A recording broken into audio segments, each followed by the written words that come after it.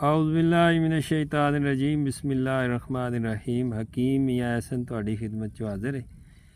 ਇਹ ਜਿਹੜਾ ਜੜੀ ਬੂਟੀ ਤੁਸੀਂ ਵੇਖ ਰਹੇ ਹੋ, ਇਹਨੂੰ ਦੁੱਧ ਦੀ ਬੂਟੀ ਆਖਦੇ ਨੇ, ਹਜ਼ਾਰਦਾਨੀ ਵੀ ਆਖਦੇ ਨੇ, ਦੁੱਧ ਦੀ ਖੁਰਦ ਵੀ ਆਖਦੇ ਨੇ।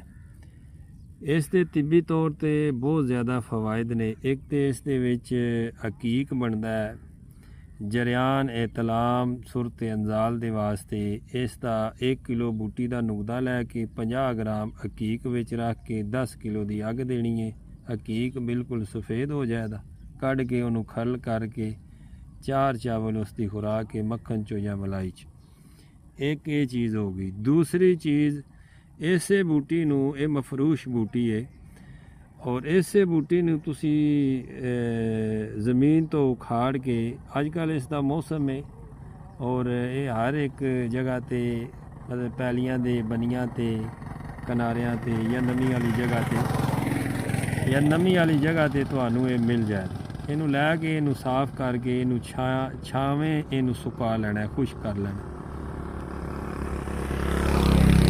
ਖੁਸ਼ਕ ਕਰਕੇ ਤੇ ਇਸ ਦਾ ਜਨਾਬ ਪਾਊਡਰ ਕਰ ਲੈਣਾ। ਇਹਨੂੰ ਹੱਥੇ ਨਾਲ ਮਲੋ ਦੇ ਪਾਊਡਰ ਹੋ ਜਾਏਗੀ। ਇਹਦੀ ਛੋਟੀ 1 ਚਮਚ ਸੁਬਹ ਸ਼ਾਮ ਖਾਣਾ ਖਾਣ ਤੋਂ ਪਹਿਲੇ ਪਾਣੀ ਨੀਮ ਗਰਮ ਦੇ ਨਾਲ ਜਾਂ ਪਾਣੀ ਸਾਦਾ ਦੇ ਨਾਲ ਤੁਸੀਂ ਇਹਨੂੰ ਯੂਜ਼ ਕਰ ਸਕਦੇ ਹੋ। ਉਹ ਬੰਦੇ, ਉਹ ਔਰਤਾਂ, ਉਹ ਖਵਾਤੀਨ, ਉਹ ਹਜ਼ਰਾਤ ਜਿਨ੍ਹਾਂ ਨੂੰ ਦਾਤ ਦਾ ਮਸਲਾ ਹੋਵੇ, ਜਰਿਆਨੇ ਮਨੀ ਦਾ ਮਸਲਾ ਹੋਵੇ, ਔਰਤਾਂ ਦੇ ਵਿੱਚ ਲਕੋਰੀਏ ਦਾ ਮਸਲਾ ਹੋਵੇ, ਉਹ ਯੂਜ਼ ਕਰਨ। 14 ਦਿਨ ਇਹਨੂੰ ਯੂਜ਼ ਕਰਨ, ਠੀਕ ਹੋ ਜਾਏਗਾ।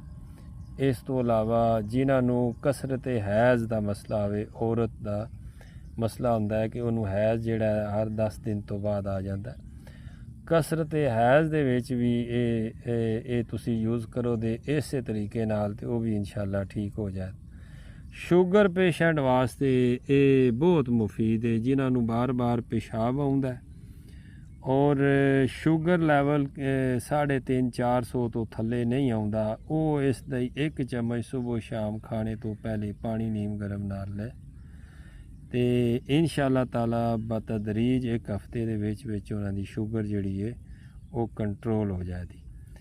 ਤੇ ਬਾਕੀ ਇਹ ਕੁਸ਼ਤਾਜਾਤ ਦੇ ਵਿੱਚ ਵੀ ਕਾਫੀ ਹੱਦ ਤੱਕ ਇਸ ਦਾ ਇਸਤੇਮਾਲ ਹੁੰਦਾ ਹੈ। ਔਰ ਇਸ ਨੂੰ ਇੰਝ ਕਰਕੇ ਤੋੜੀਏ ਨਾ, ਤੇ ਇਸ ਦੇ ਵਿੱਚੋਂ ਇਹ ਦੁੱਧ ਨਿਕਲੇਗਾ, ਸਫੇਦ ਕਲਰ ਦਾ ਦੁੱਧ ਨਿਕਲਦਾ। ਬਿਲਕੁਲ ਮਫਰੂਸ਼ ਬੂਟੀ ਹੈ ਔਰ ਅੱਜ ਕੱਲ੍ਹ ਇਹ ਆਮ ਹੈ।